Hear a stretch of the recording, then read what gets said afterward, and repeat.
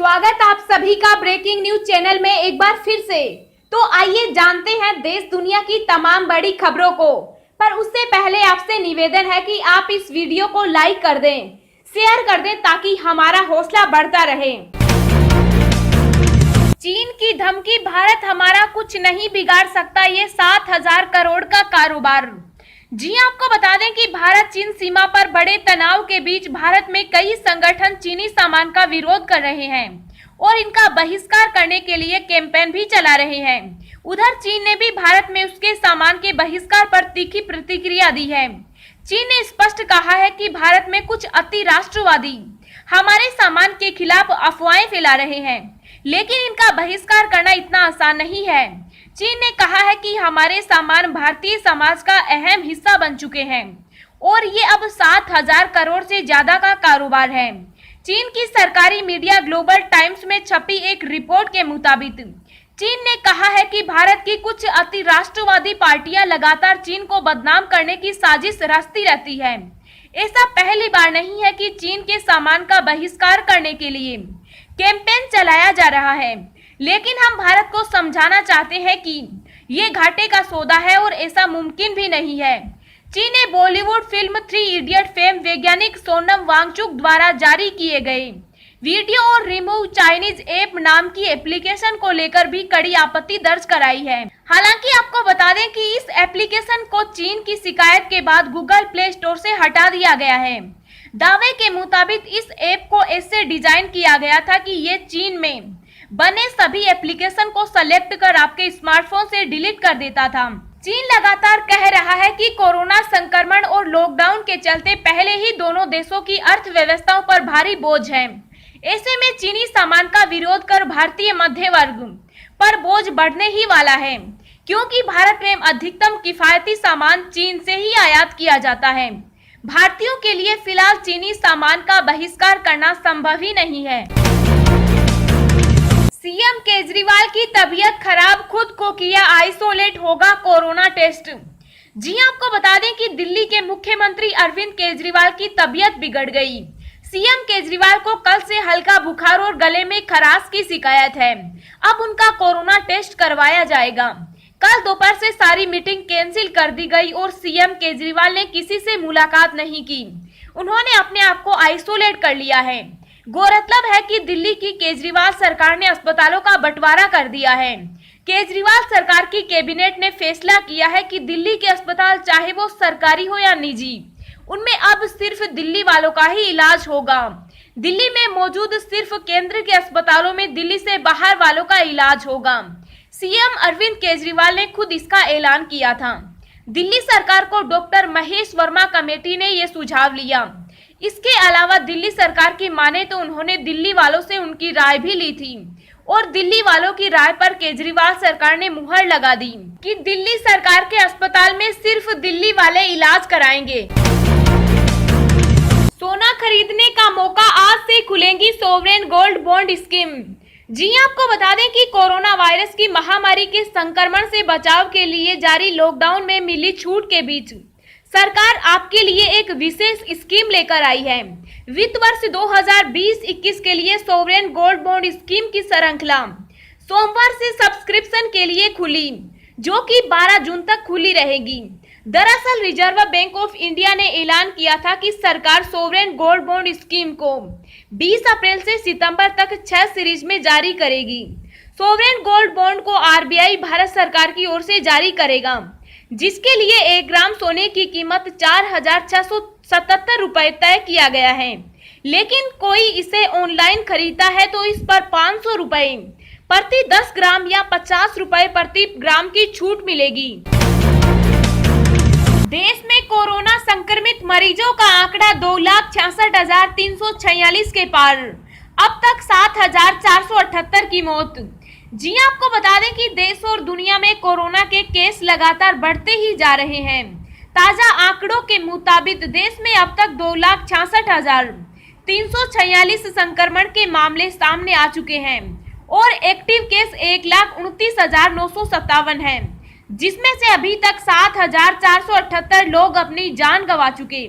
वहीं इसके बीच अच्छी खबर ये भी है कि अब तक 1,30,000 302 संक्रमित मरीज ठीक भी हो चुके। दुनिया भर में कोरोना वायरस की वजह से कुल 4,05,836 लोगों की जान जा चुकी है, जबकि वायरस से संक्रमित लोगों की संख्या 70,66,942 हो गई है। इनमें एक्टिव केस 35,24,186 हैं और खुशी की बात यह है कि अब तक 31,97,238 लोग ठीक हो चुके हैं। दोस्तों, अगली खबर जानने से पहले आपसे एक रिक्वेस्ट है कि इस वीडियो को बनाने में मुझे बहुत ज्यादा मेहनत लगती है, तो इस मेहनत के लिए वीडियो को एक छोटा सा लाइक जरूर करें। लड़की की शादी की उम्र बढ़ाकर इतने साल कर सकती है सरकार, बनाया टास्क फोर्स। जी हां, आपको बता दें कि केंद्र की मोदी सरकार ने लड़कियों के मां बनने और उनकी शादी से जुड़ा एक महत्वपूर्ण फैसला किया है। सरकार ने जया जेटली की अगुवाई में टास्क फोर्स का गठन किया है। टास्क फोर्स का मुख्य काम इस बात की समीक्षा करना होगा कि शादी और मां बनने का महिलाओं और उनके बच्चे के स्वास्थ्य और पोषण से कितना संबंध होता है। साथ ही माना जा रहा है कि केंद्र द्वारा गठित टास्क फोर्स लड़कियों के शादी की उम्र की समीक्षा भी करेगा। टास्क फोर्स से कहा गया है कि वे लड़कियों के बीच हायर एजुकेशन को और बढ़ावा देने का सुझाव भी दें। टास्क फोर्स 31 जुलाई को अपनी रिपोर्ट पेश करेगी। टास्क फोर्स में जया जेटली के अलावा डॉक्टर वीके पॉल सदस्य, नीति आयोग, उच्च शिक्षा के सचिव, स्कूल शिक्षा, स्वास्थ्य, महिला एवं बाल विकास, विधायी विभाग के अलावा शिक्षाविद शामिल हैं। बता दें कि वित्त मंत्री निर्मला सीतारमण ने अपने बजट भाषण में कहा था कि महिला के मां बनने की सही उम्र के बारे में सलाह देने के लिए एक टास्क फोर्स बनाई जाएगी। सरकार की इस कवायद के पीछे सुप्रीम कोर्ट का एक फैसला है। मौजूदा समय में लड़की की शादी के लिए न्यूनतम उम्र 18 साल और लड़के के लिए 21 साल तय है। लॉकडाउन के कारण पेट्रोल डीजल के दाम 83 दिन बाद बढ़े, जानिए आज के ताजा भाव। जी हां, आपको बता दें कि कोरोना वायरस के कारण लगाए गए लॉकडाउन अनलॉक 1 की वजह से पेट्रोल डीजल के भाव 83 दिनों तक स्थिर रहे, जिसके बाद रविवार को बदलाव किया गया। पेट्रोल और डीजल की कीमतों में 60 पैसे प्रति लीटर तक की बढ़ोतरी की गई। इसी के साथ सरकारी तेल कंपनियों ने ईंधन की कीमतों में किए जाने वाले रोजाना बदलाव को दोबारा शुरू कर दिया। आज कोई बदलाव नहीं किया गया है।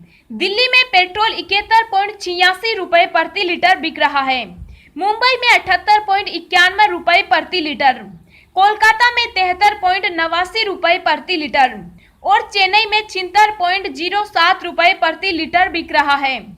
वहीं डीजल की बात करें तो दिल्ली में डीजल 69.99 रुपए प्रति लीटर बिक रहा है, मुंबई में डीजल 68.79 रुपए और कोलकाता में 68.74 रुपए प्रति लीटर बिक रहा है। चेन्नई में डीजल 68.22 रुपए प्रति लीटर बिक रहा है। 32 लाख प्रवासी श्रमिकों को 15 जून से रोजगार देने की तैयारी में योगी सरकार। जी आपको बता दें कि अलग अलग राज्यों से उत्तर प्रदेश पहुंचे करीब 32 लाख प्रवासी श्रमिकों और कामगारों को 15 जून से रोजगार मुहैया कराने के लिए मुख्यमंत्री योगी आदित्यनाथ ने व्यापक दिशा निर्देश दिए हैं। रविवार को अनलॉक समीक्षा बैठक के दौरान मुख्यमंत्री ने कहा कि निर्माण उद्योग, कृषि व अन्य क्षेत्रों में रोजगार के अवसर तलाशे जाएं। उन्होंने कहा कि अनलॉक की शुरुआत के साथ ही express way, medical college, university, सड़क का निर्माण कार्य शुरू हो रहा है। इन क्षेत्रों में श्रमिकों को रोजगार दिया जा सकता है। उन्होंने कहा कि केंद्र व राज्य सरकार की कई योजनाओं में भी रोजगार के अवसर हैं, जिससे प्रदेश का नव निर्माण किया जा सकता है। कोरोना वैक्सीन पर AIIMS का बड़ा बयान, 2-3 महीने के अंदर आ जाएगी दवा। जी आपको बता दें कि देश में तमाम कोशिशों के बावजूद कोरोना संक्रमितों की संख्या में तेजी से इजाफा हो रहा है। एक्सपर्ट का कहना है कि आने वाले दिनों में मरीजों की संख्या और बढ़ेगी, लेकिन राहत की खबर यह है कि कोविड-19 की दवा 2-3 महीने में आ सकती है। एम्स के डायरेक्टर डॉक्टर रणदीप गुलेरी ने उम्मीद जताई है कि जल्द दवा आ जाएगी। एक न्यूज चैनल से बात करते हुए AIIMS director doctor Randeep Guleria ने कहा है कि अगले 2 से 3 महीने में कोरोना वायरस की दवा आ जाएगी। डॉक्टर गुलेरिया के बयान से लोगों को थोड़ी राहत जरूर मिलेगी। आने वाले दिनों में और बढ़ेगी मरीजों की संख्या। डॉक्टर रणदीप गुलेरिया ने बताया कि भारत में मरीजों की संख्या बढ़ने की सबसे बड़ी वजह जनसंख्या घनत्व है। देश में इतनी आबादी है कि संक्रमण को रोकना आसान नहीं है। भारत की आबादी काफी ज्यादा है और ऐसे में संख्या और बढ़ेगी, लेकिन यहाँ मरने वालों की संख्या बेहद कम है, जिससे हमें घबराना नहीं है। अब हम आपको अगले 24 घंटों के संभावित मौसम पूर्वानुमान के बारे में बता रहे हैं।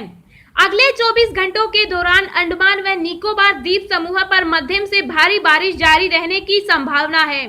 पूर्वोत्तर भारत, ओडिशा के दक्षिणी तटीय हिस्सों, आंध्र प्रदेश, केरल, तटीय कर्नाटक, कोंकण व गोवा, गुजरात के दक्षिणी भागों और तमिलनाडु के कुछ हिस्सों में हल्की से मध्यम बारिश होने के आसार हैं।